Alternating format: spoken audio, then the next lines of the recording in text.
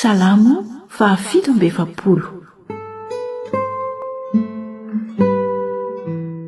Fiobiana noho ny akaran'ny tompo.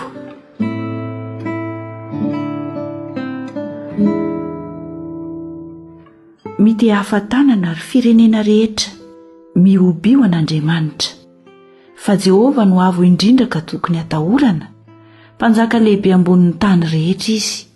Mandresy firenena maro izy ho ambanintsika ary firenena samihafa ho ambanin'ny tongontsika.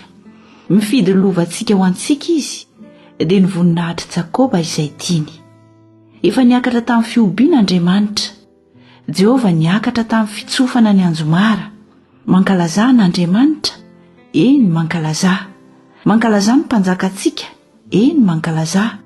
Fa mpanjaka amin'ny tany rehetra Andriamanitra, mahaiza mankalaza tsara ianareo. Andriamanitra manjaka amin'ny firenena samihafa. Andriamanitra mipetraka eo ambonin'ny seza fiandrianany masina. Ny mpanapaka ny firenena samihafa miangona, olon'Andriamanitra Abrahama, fa an'Andriamanitra ny ampingan'ny tany, avo indrindra izy.